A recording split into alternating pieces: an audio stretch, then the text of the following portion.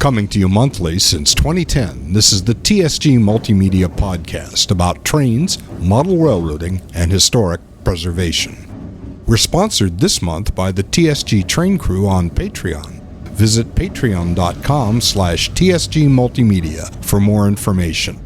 ModelRailroadControlSystems.com, electronics for operations. The Western Pacific Railroad Museum, WPLives.org. Podomatic.com, a podcast hosting and distribution platform. If you'd like to sponsor this program, please email podcast@tsgmultimedia.com.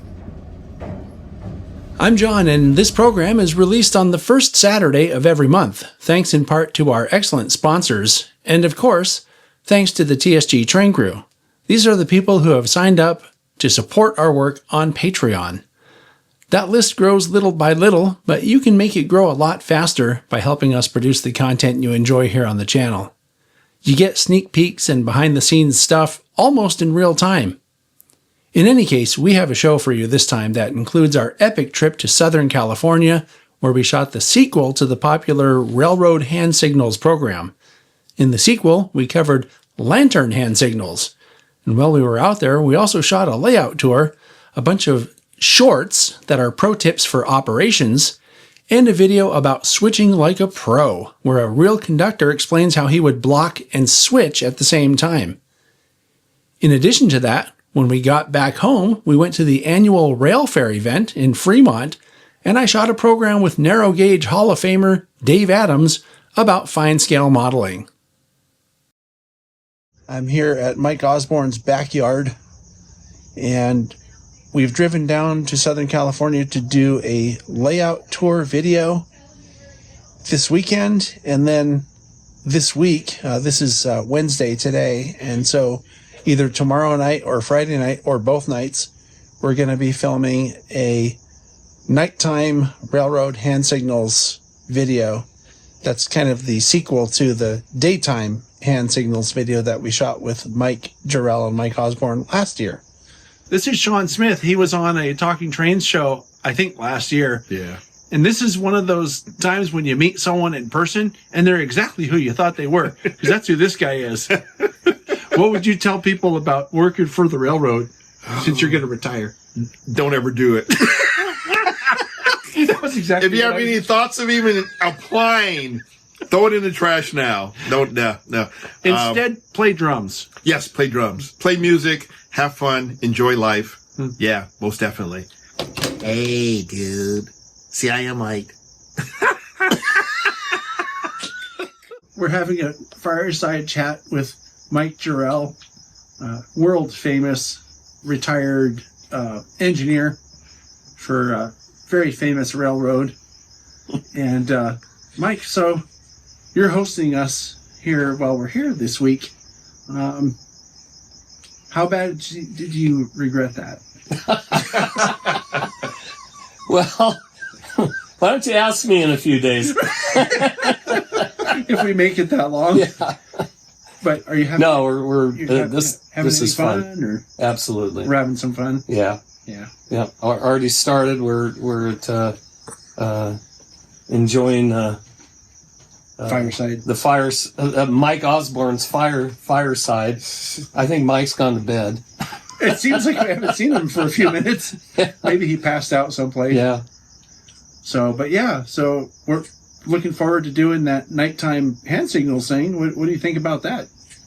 I'm excited to do it just because this is another railroading lost art, like train orders and other elements of railroading. Tying that knot for the train for the guy to pick up the orders. Right. Train order delivery. Yeah.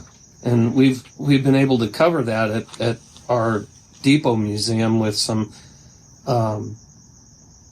former, now retired, but former train order operators that we were able to bring in and interview. And so we're preserving history. Yeah, that's what I'm always excited. We're preserving history. Yeah.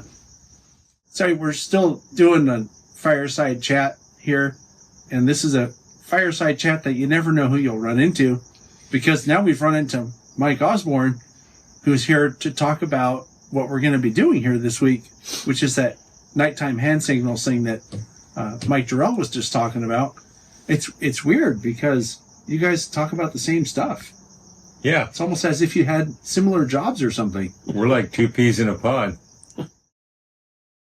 So we're sitting here eating our breakfast, and I was asking Mike all these questions about train stuff. Yeah, this really rude person just interrupted our breakfast. Well, it's a question. It's one of those you never know who you're going to run into. Yeah. This is Darius, all the way out from Northwest Arkansas, Alco territory. Yeah. And he comes up and says, "Hey, you just described pissing away the air perfectly." And we start talking, and he's a subscriber to the channel. What are the chances of that? We're in Southern California. Small world. Isn't it? What would you tell people? Do you have a YouTube channel, or do you just... I don't have a YouTube channel. I don't do social media or anything like that, but I love the work y'all are doing to you're keep a rarity it up, at your age. Yeah. Well, thanks for saying something. So you never know who you'll run into. Good luck, everyone. The golden spike from where the Tehachapi line was built was in 1876, about 10 miles up the river here. Okay, on our adventures in Santa Clarita, California, we're about a quarter mile off the I-5. So if you're ever on the I-5 going north towards Bakersfield or San Francisco, get off at Magic Mountain Parkway, take a short detour to the Iron Horse Trailhead, and you come upon this great railroad bridge. It's no longer being used. It's been in a ton of movies. But an interesting history of this bridge is this isn't the original railroad bridge. This bridge was actually once at the Colorado River, crossing at Yuma, Arizona. In 1928, about 10 miles up this river, a dam collapsed, complete catastrophic dam collapse of the St. Francis Dam. And it washed out this whole bridge area, and the Southern Pacific Railroad had to find a new bridge. And they found this bridge, brought it up here in flat cars, and re-put it here to have the branch line back in operation. This branch line, about 45 miles, goes to Ventura, California, and about 3 miles this way is it connected at Saugus, California. The line basically stopped being used, I believe, in 1977. Wow. You get a history lesson right here on the podcast. Where else can you get a podcast history lesson like that from a local expert? Right. I want to point out something on these bridges that the Southern Pacific had. There are no piece on here is longer than 40 feet. They were made to fit in a 40-foot gondola, so that's why it could completely come apart to be shipped anywhere they wanted it to. And I'm sure it was made somewhere back east, the parts themselves. You have full access to walk across this bridge where mighty trains and steam engines and passenger trains once rode the rails. Now we're on the western side of the bridge. I'll call it the ocean side. And if you look carefully, you can see how it curves around here. And then there's a little bridge under the I-5 over here where the railroad went under the I-5 in the US 99. And it kept going all the way to Ventura from here.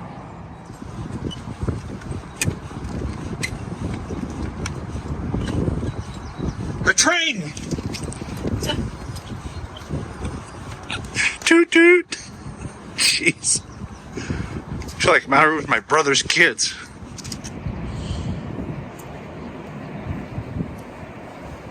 We've come back to Mike's place, and we're going to shoot a little video about advanced switching. Right. He really wanted me to be the host because I'm very advanced, but I decided it would be better to let him do it because it's his layout. Oh, thank you very much. Yeah. So why don't you tell the podcast people what the video is going to be about, and they can look for it in the future on the channel.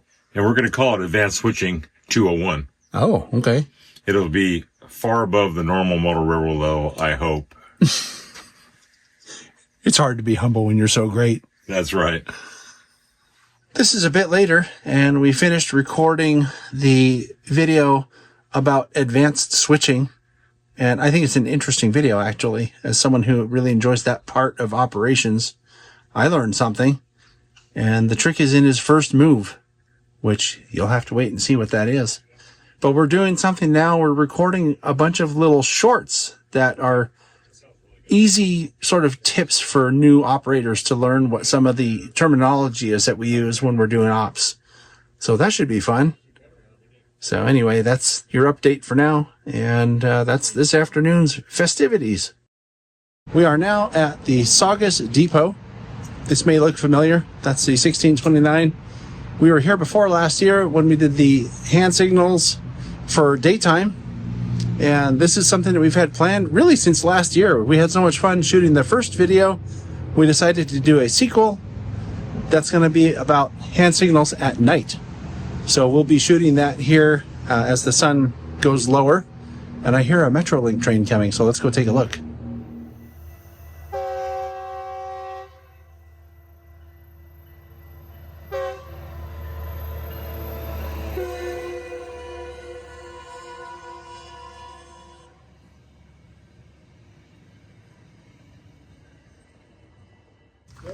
Well, I'm showing Darius of various parts of the steam locomotive, like the airline.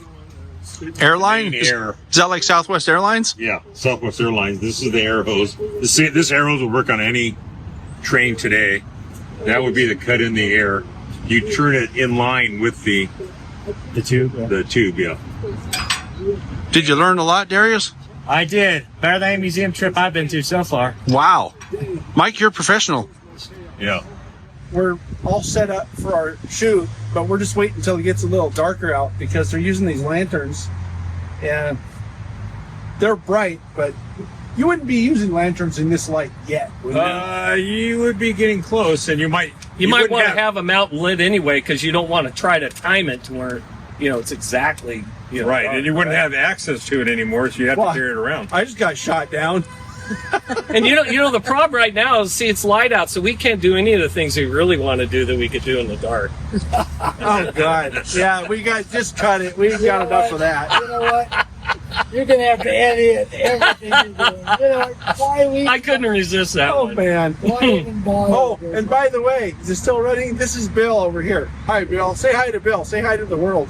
Bill's our new talent. Yeah, Bill's he's the rookie on the set. He taught us everything we know. If this was a real situation where we actually, I was working for the railroad now, I would be rolling the train line. As soon as he would go by, I would give him a little high five. Watch this train. Everything wrong.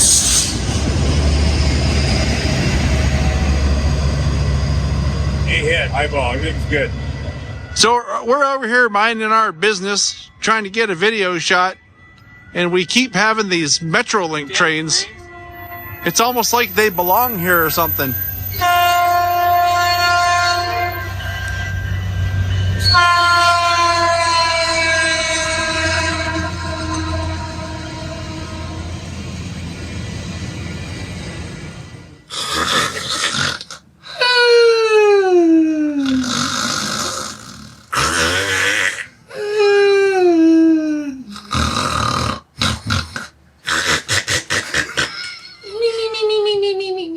Hi, so we're done at the depot here. I think we got all the shots we need. Mike and Bill and everybody who was involved did a great job, I think. And we're going to go now. But that's the last update for today. We'll see you on the next update. This is the next day, and we're here with Mike. Hey. Hi, Mike. And see, I'm a 40-year professional railroader, and just to show I cannot get enough trains, what kind of disease is that? This is where I get my infusion. I went from the Southern Pacific lines to the Sierra Pacific lines, right, in retirement. And so this is a huge club museum that's been around for a really long time. I should say it's a huge layout. Yeah, it goes back to 1940. Yeah, so we're going to... Actually, when I was down here a few years ago for SoCal Ops, there was a guy that was a member here that was trying to get me to come down and take a look at it. And the long-term goal is to come back down here and maybe do a video here. So we're going to go take a look at it and see what we're up against and see what it is. And this guy belongs here, so hey, it kind of works. Possibly. Well, the first thing you think when you walk in is, wow, that's big. And if my friend Alvin were here, he'd say, that's what she said. And here's their track diagram. That's interesting. So as I was saying outside, Mike's been a member here for a long time, and this is a pretty big layout, Mike. So why don't you kind of tell the viewers, like, how is this place laid out? It's a fictitious railroad, but it generically represents U.S. railroads from the East Coast to the West Coast, obviously very condensed. The main line from one end of the railroad to the other is 1,800 feet stretched out. All the stations on the railroad are in alphabetical order, but every single station on the railroad is an actual station somewhere in the country on some railroad. So every name represents an actual railroad station name somewhere, not any particular railroad. It's everything generically. So A, which is on the far lower end of the railroad, represents the East Coast. That's Alhambra. And then the lower part, the tables in the lower part of the railroad represent the East Coast and the Plains area. And then the middle table work down where the engine service is, that is Midway. So we've gone from A to M, which is the Eastern Division. And Midway represents, like, say, a Denver or a Bakersfield. You're at a terminal where you're coming off a flatland, and now you're going to assault the Sierras or the Tehachapis, that type of thing. And so trains will get helpers or remove helpers in the other direction. And then when you start out of Midway, you hit the Western Division, which is all the mountainous elevation that surrounds the perimeter of the railroad. And then after you reach the summit of the railroad, which I'll show you in a bit, it's over near where that snow-capped mountain peak is. You wind down along the mountains, and you end up down at the far right table, the yard down there, and that is Zion, the end of the railroad, which basically represents the West Coast. So we represent a wide period of time, the classic era of railroading, which just kind of keeps stretching out, say from about the Depression era 30s all the way to now. So everything we put on the railroad, we try to place things on the railroad that span the eras. We don't have ultra modern things that a steam locomotive would look silly going by. We try to put things on the railroad that would have seen possibly the end of steam, early diesels, all the way to today. So it's a bit later, and we've been kind of looking at the railroad and talking for the last, I don't know, hour and a half or something like that. And I think we have a pretty good idea of an approach to film here. So at some point in the hopefully not too distant future, we'll have a feature on the channel that's the Pasadena Model Railroad Club or the Sierra Pacific Railroad. It should be pretty good. They have kind of an interesting layout, and there's some pretty good modeling going on here too. So look for that sometime in the future. We're not shooting it on this trip though. We've got too much other stuff to do. Hey, we just realized something. What did you just tell us, Mike? Happy Amtrak Day to all you passenger train enthusiasts. Amtrak is 55 years old today. May 1st. Woo! Woo! Celebrate. Oh, you got me on here, huh? Yeah, what are we doing here? What is this? Well, I'm just reliving my past here. Here we are at the glamorous east end of GEMCO Yard at the East Gate, which is a very high security gate system. You have Let's take a look. You have to have a code to get in or even to get out. So, gosh, I don't know whether we can get in here or not. Here, I'll enter the code. Beep, beep, beep. Yeah. So when you said this was reliving your past, I was thinking, were you a homeless guy out here or what? Oh, no, I used to put in a lot of time here working. So what about GEMCO Yard? Well, GEMCO was originally built in, let's see if I get my history right, in the 1940s when the General Motors assembly plant was located out here in the valley. And GEMCO is kind of an acronym for General Motors Company. And even though the plant has been closed since the early 90s, it's still a hub for traffic that serves customers in the valley. And there's also some maintenance done here too. So it's still a thriving yard. these tracks that you're looking at right here with equipment on it, On the left? both the left and the right, were kind of splitting. They used to do maintenance on empty auto parts cars. Any kind of retrofitting that needed to be done before they went back east for loading, come out here to the assembly plant. Now it's used as they hire contractors, private contractors, to come in and do retrofits on all sorts of equipment now. You know, the tracks are space and they're handy for doing retrofit work. Two of the tracks here, I forget which two, I think it's the two closest to me. The crews, at least at the time I was still working, which was up until 2018, they were still referred to by the old heads as APE 1 and APE 2, APE. And that's a leftover from when SP had their 3-letter train symbols that lasted up till the mid-70s, and then they went to the 5-letter symbols. But APE was Auto Parts East, and that was the empty auto part train that would go east to, back east for loading, and then, come out here as the APWs, Auto Parts West, as loaded trains for the GM assembly plant. And they would do retrofit work a lot of times to the interior when they were doing tool changes or the cars needed to be retrofitted for a different intention for auto parts traffic. Some of the work would be done here. And then what I'm about to drive over here, there's kind of a newer patch in the pavement right here splitting off.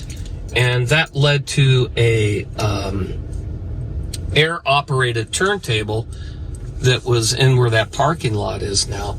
Because a lot of the cars that came from the assembly plants, they were loaded to intentionally to only be able to be unloaded from one side.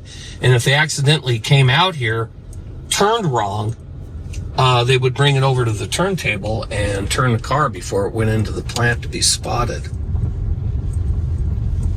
And this is kind of a split in the yard right here. There's a lead that comes across, and you had the east yard and west yard.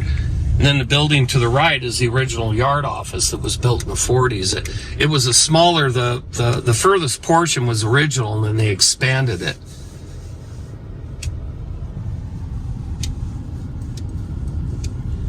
And let's see, I'll take you a little further before we... Up ahead where you see the silos off to the right, that was originally the General Motors plant area, and where the assembly plant is, the dead rails that I'm sitting on right now. This track, and then I'm going to pull up a little further, and there's a pair of tracks still going across the pavement. Those were the tracks that led in to the plant, and you would actually shove auto parts cars inside the plant. And when you rode the cars inside, you could actually see the assembly plant, and the assembly plant never shut down. It kept going. And these cars had to keep arriving on time. Otherwise, the plant would have to shut down, which was a big no-no. And then there's another lead right here that I'm going over. And you can see the rail in the pavement again over here. And these tracks led to outside loading of auto racks of assembled cars. And everything to the right of this fence, it's all been redeveloped into almost like a office park. It's all tilt-up warehouse buildings. It was all part of the GM assembly plant. This dock was built mainly to offload lumber that was on one of the largest and last remaining lumber customers on the Burbank branch. And by building this dock, they could finally abandon the Burbank branch, which is now a transit. The right-of-way is now a transit line. And the track that serves the dock is basically a spur at the west end of the yard, and the crews called it the For Now track. And it was dubbed that because you would, what we call sloughing cars, or getting cars that you don't need out of the way, you don't want to keep handling. And, the crews would go, put that car over there for now. So it was dubbed the For Now track. And across the main line is the Amtrak Van Nuys station that serves the surf liners as well as the Coast Starlight. Most of us, that are familiar with railroading, today's railroading, understand that cabooses were eliminated from, largely from mainline trains.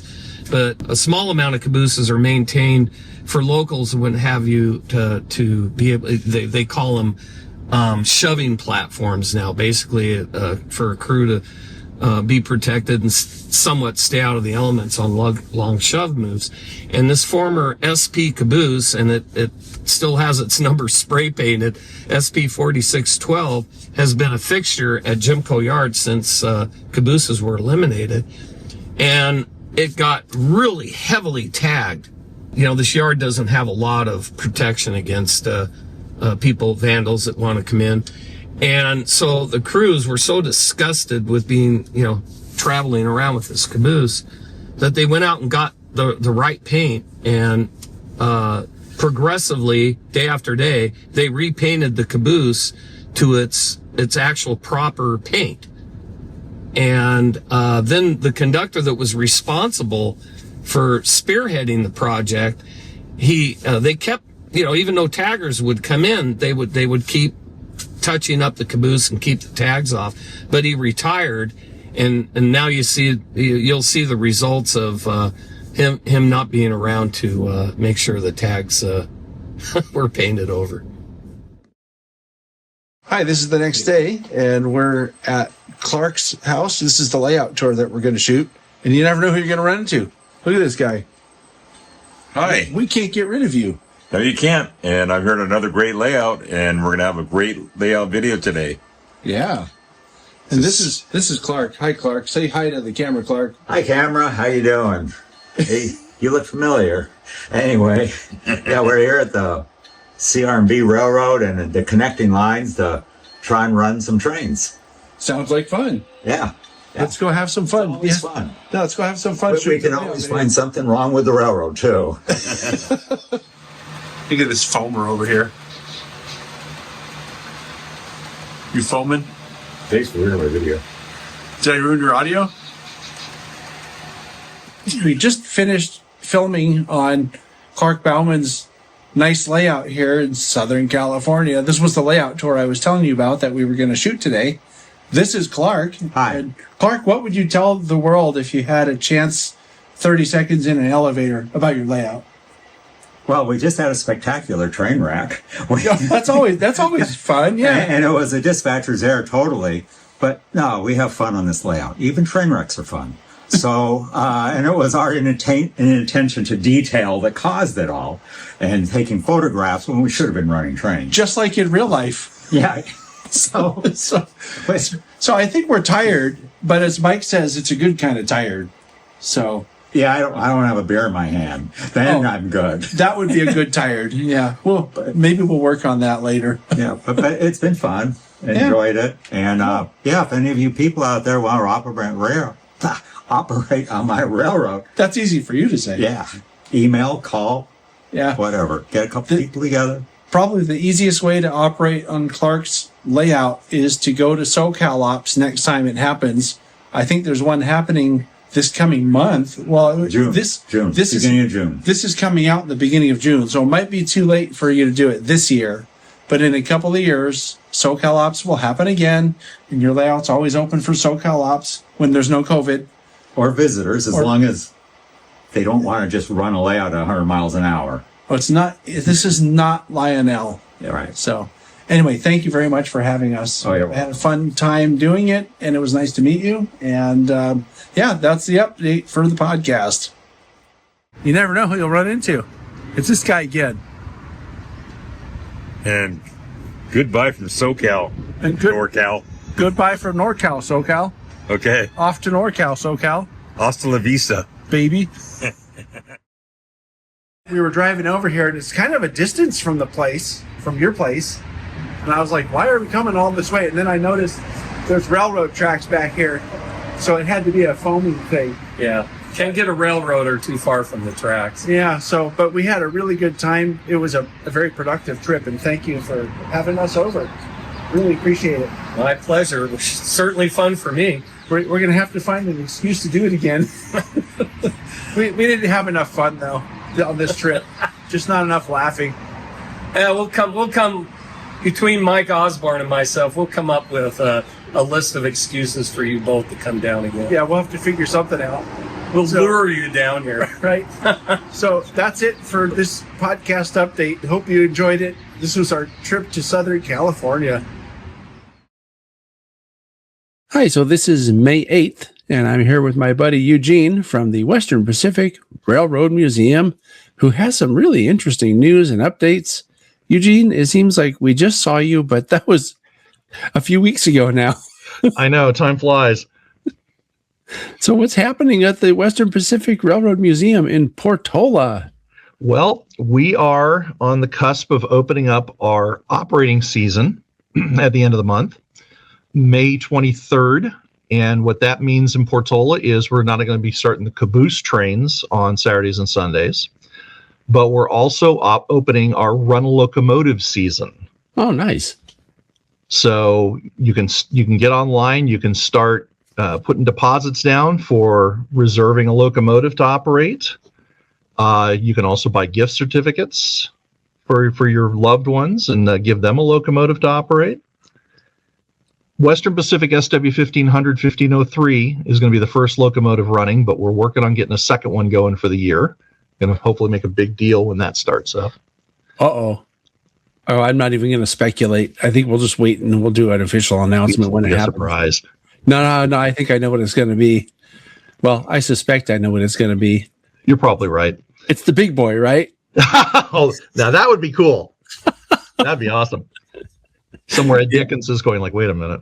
Yeah, he's going to have to drive it all the way back out here. And you'll notice I said drive because, I've seen inside and it has a steering wheel and a gear shift and everything. It's really interesting. Oh, but that's pretty cool, though. Yeah, I think that it might be worthwhile to tell people about this run a locomotive just briefly because that's a cool thing that you don't get to do in a lot of places. My understanding was that Western Pacific Railroad Museum was one of, if not the first, right? We have checked around and we believe that our program is the oldest such fantasy experience program among railroad museums in the country. We've been doing it over 30 years. Oh, geez, I didn't even realize it was that long. Yeah, and we've had other museums come, including a couple aircraft museums, come and study our program and then replicate it. Oh, well, that's great. And so if people don't know what that is, it's where you get to go, you show up there at a given time, and of course you pay some money. It's a donation to the museum, really, to help them operate. And you get to, they put you behind the control stand of a real locomotive, and you get to run it. It's really cool. We give you a little ground school on it, and then you and with the case of the 1503, one other person can get in the cab at a time with our instructor, and you are in control. You are working the brakes, you are working the throttle, you're working the bell and the horn, which for some people that's their favorite part. Yeah, that would be funny. Have a blow the horn program where all you do is you go up to the engine and blow the horn. That'll be $20, sir. Do like the cable car bell ringing contest, Oh, sure. Yeah.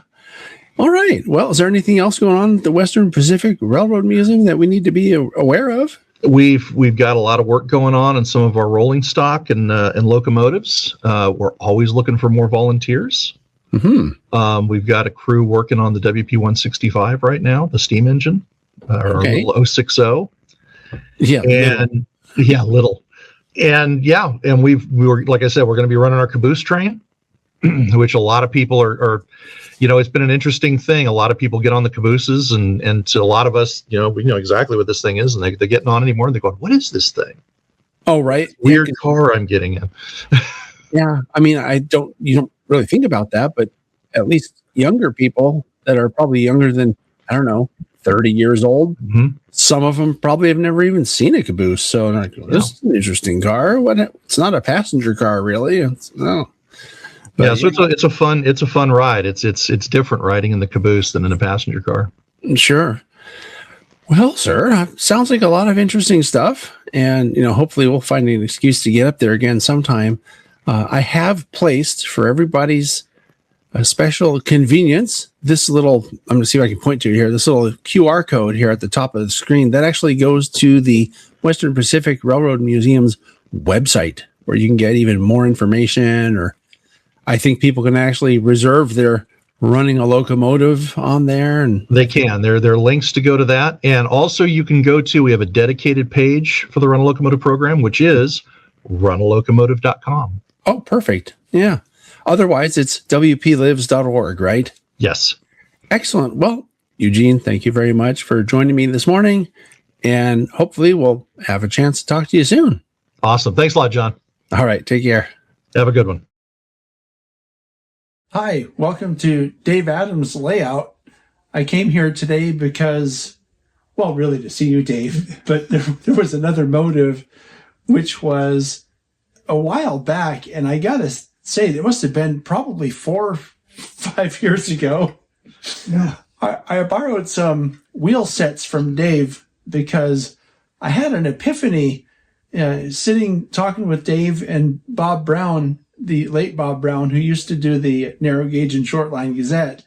We were hanging out at Bob's house. I don't know what we were talking about, but I had this epiphany that the O-scale models that I show on the channel for spotlights are not actually Proto 48. I thought they were Proto 48 for some reason. And I think it's just because I don't, at the time didn't know much about the variations on O-scale. But, so I had this epiphany of like, oh, I've been saying this wrong all these years doing the spotlights, so I need to make kind of a correction to that. So I borrowed these wheel sets. They look kind of like this. Well, actually, they looked kind of like this. And this is the whole truck, but you know what I'm saying? Because I was going to do a video showing one of those versus like something off of an Atlas model. That's the O-scale models that they send for spotlights.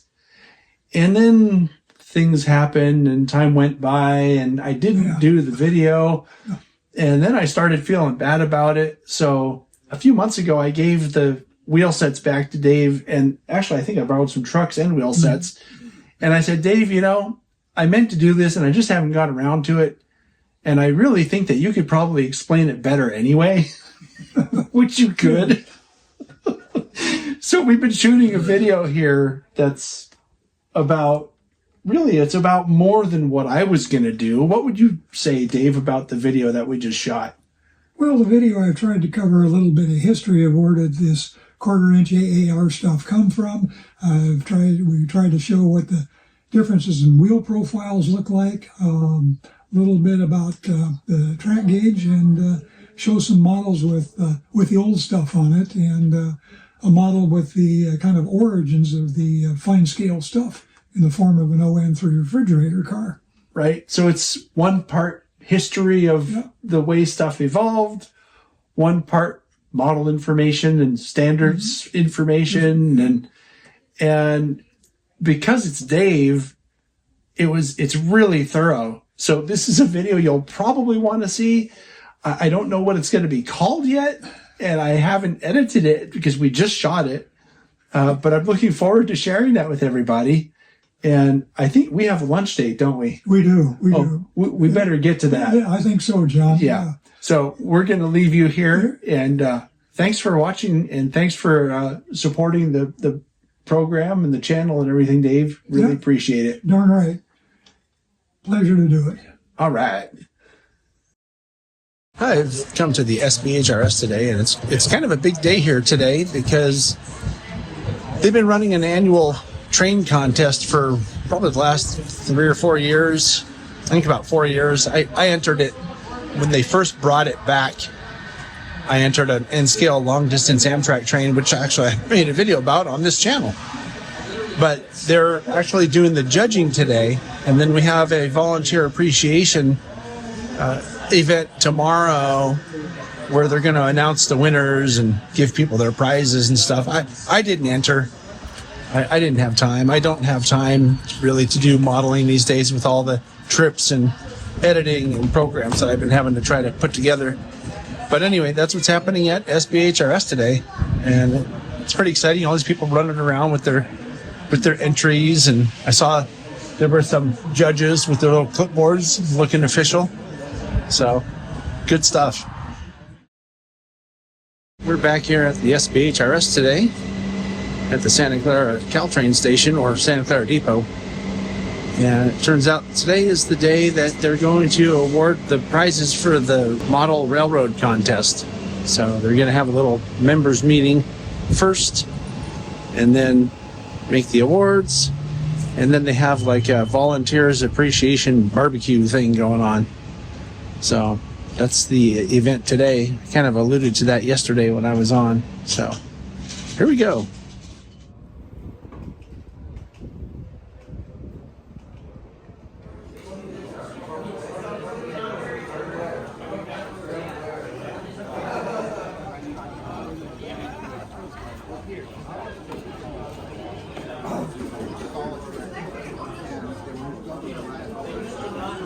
Well, this ought to make some people's heads explode.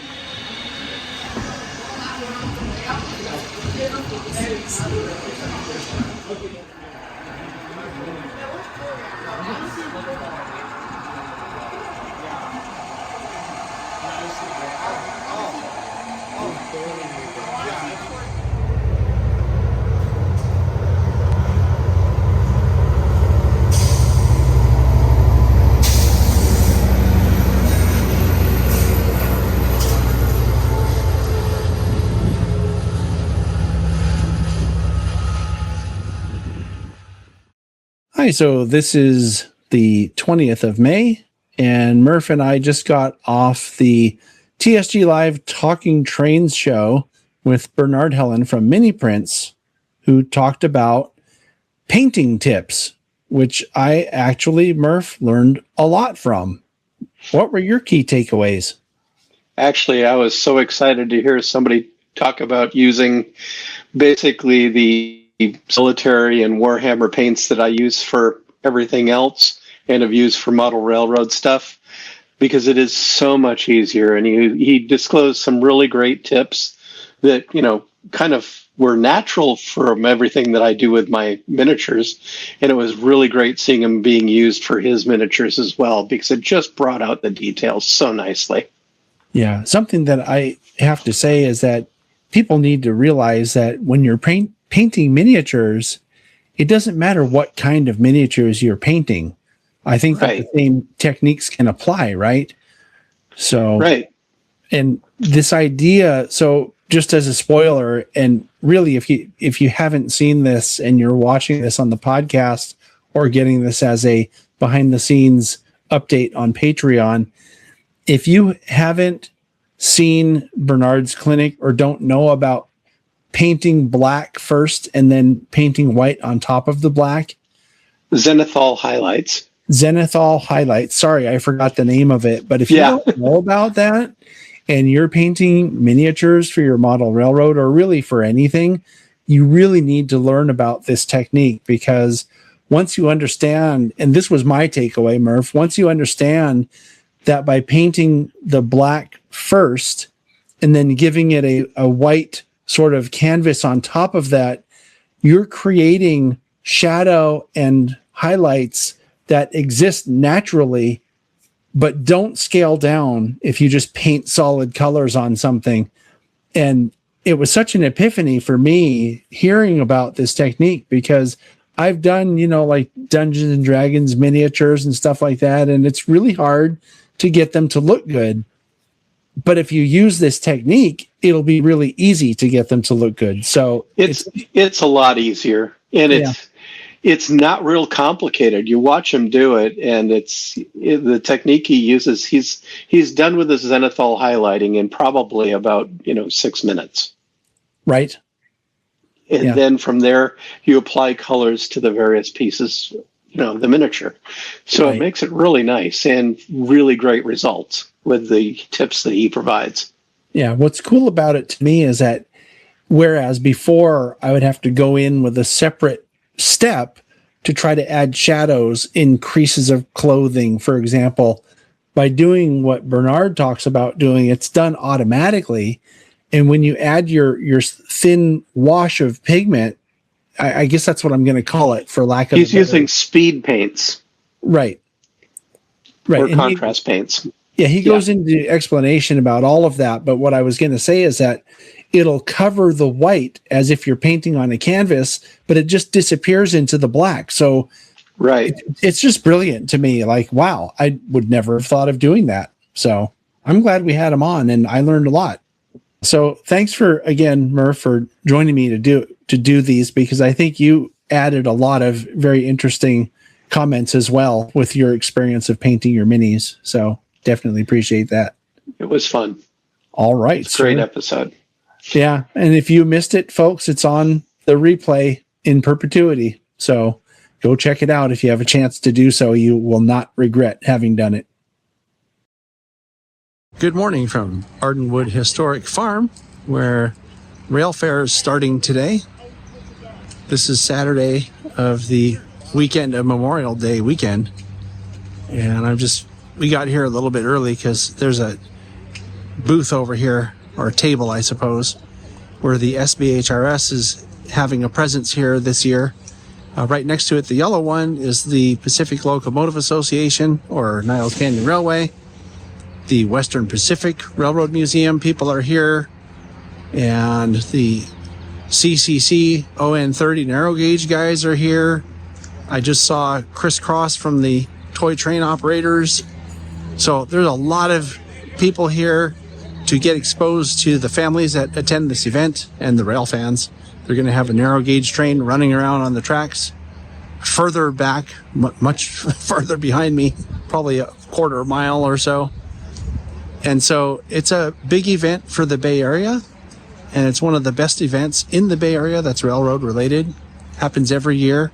It used to happen on Labor Day. Now it's Memorial Day weekend. So we're here, and that's the update for now.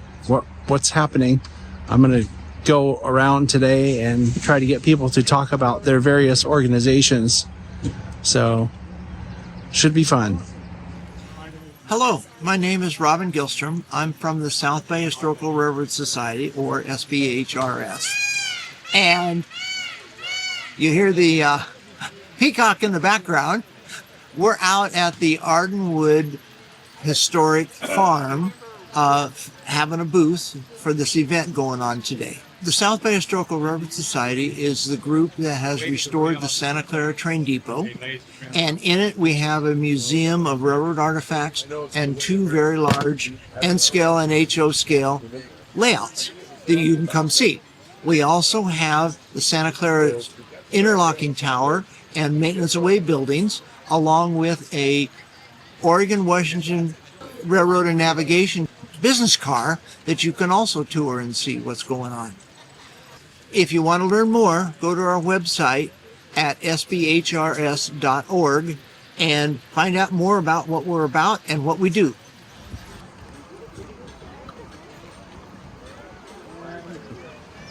Good morning. My name is Chris Hauff, and I'm with the Niles Canyon Railway. We're here today at Rail Fair at Ardenwood with the Society for the Preservation of Cargo Railroad Resources, the Railroad Museum at Ardenwood. They were nice enough to invite us to come out today to display. Our Niles Canyon Railway, we're a nonprofit railroad museum that operates trains between Niles, the city of Fremont, and Sunol, California. We operate year-round. We're the home of the world-famous Train of Lights, so that's maybe how you've heard about us, but we have trains all year long on the second and third weekends of each month.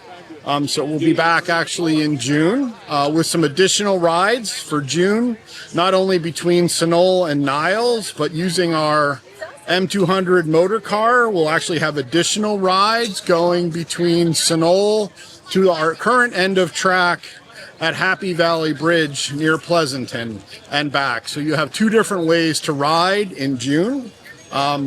We'd love for you to come out and give us a shot, come for a visit. You can learn all sorts of things about our organization at ncry.org, along with all of our different social medias at Niles Canyon Railway.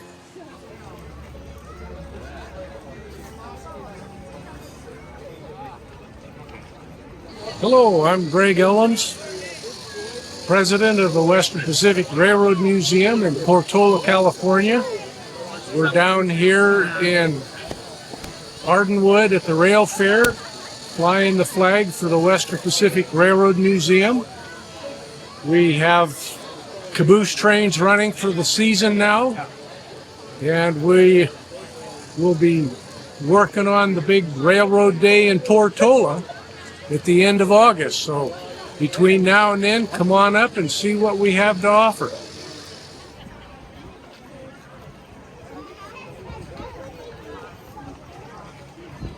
My name's Jay Schellen. I'm part of the ON30 modular group here at Rail Fair.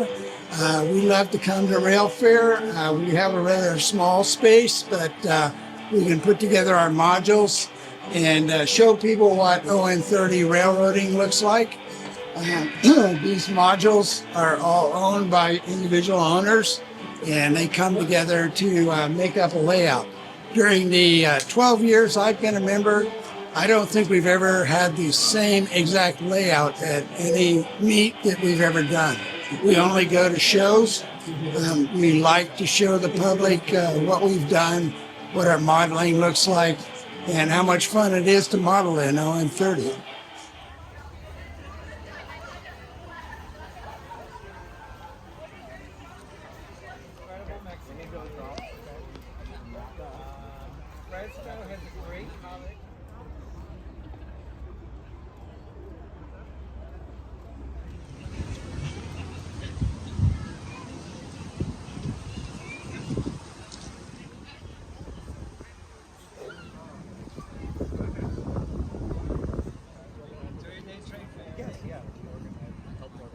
I really enjoy this event because of the setting, I think, more than anything else. And it's also one of those events throughout the year where I get to see a whole lot of people that I don't see usually, but know them pretty well. So it's been really good. And also meeting new friends, and there's all kinds of information about all kinds of places and events and I guess projects, because the California high-speed rail people are also here today, which is pretty cool. It's a good place for them to get in front of thousands of people. So just having a good time.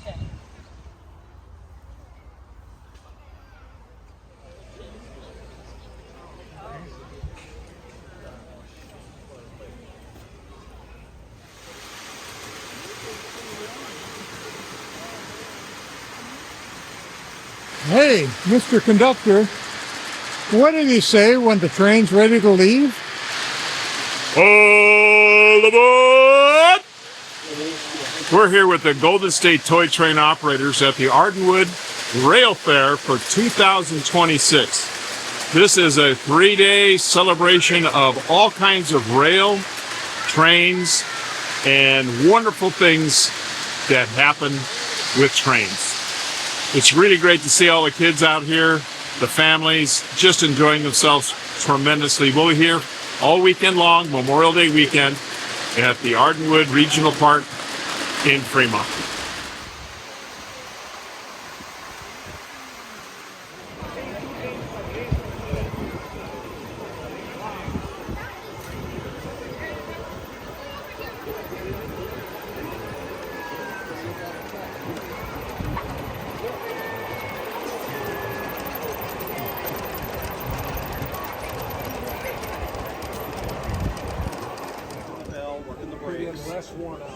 So it's a fantasy experience program.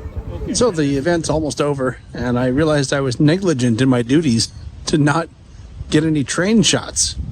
So I've hiked out to where the crossing is out here. It's the furthest point I think that you can walk to without going all the way to the shop. And so I wanted to come out here and give you a shot of the train.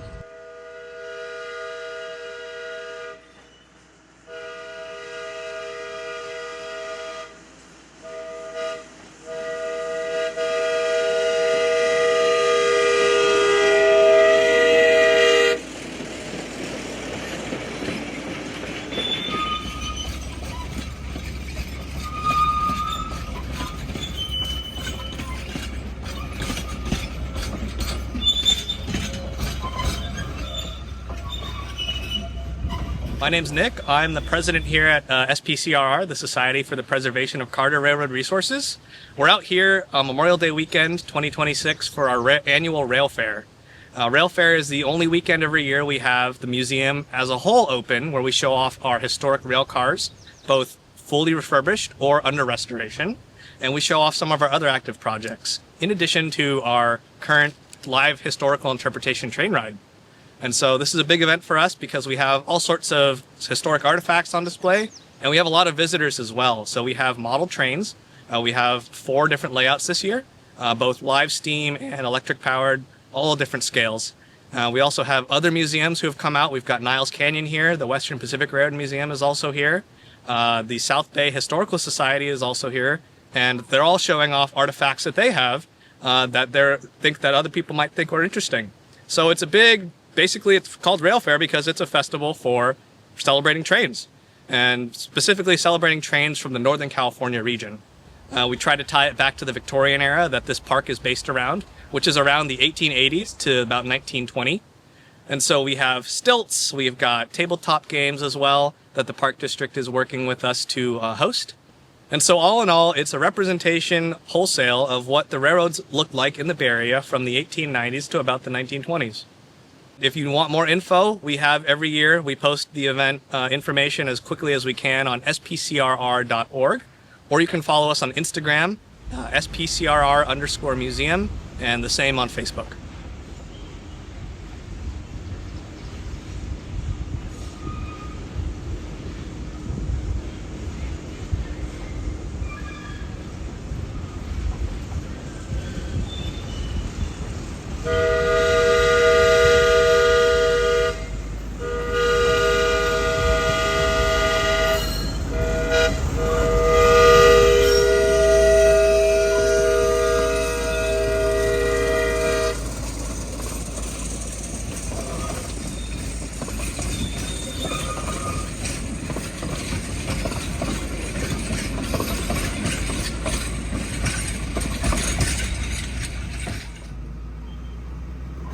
So I didn't realize we were going to do this, but they offered a ride to all of the volunteers that were on the tables and such today. And I was volunteering doing this video, so I rode the train with a bunch of folks. So that's it from Ardenwood Historic Farm today. Thanks for coming with me. Here's my catch of the month. It's an aerial night shot of the Saugus Depot in Santa Clarita, California during our recent shoot last month. If you have a train or model catch you'd like to share, please email it to podcast@tsgmultimedia.com. Be sure you own the shots and include the what's, whens, and wheres of the shots you send in. Something else that happened last month was the release of some very popular programs.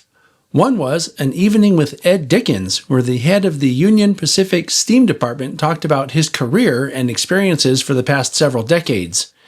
Then there was the arrival of former West Side Shea No. 12 to its new home at the Yosemite Mountain Sugar Pine Railroad. That garnered tens of thousands of views in its first week. And that was also followed by an amazing presentation about the Madera Sugar Pine Company by a guy named David Peterson. His presentation details the operations of a lesser-known Southern Sierra logging company that it really had everything, including inclines and a very long flume. That one really piqued my interest about yet another really dynamic logging shortline from the late 19th and early 20th century.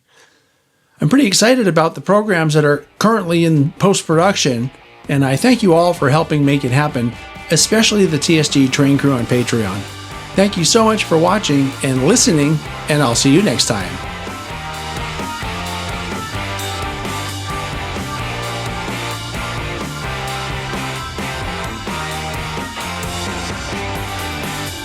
TSG train crew members get behind-the-scenes access and sneak previews in 4K ultra-high definition. Go to patreon.com/TSG Multimedia for more information.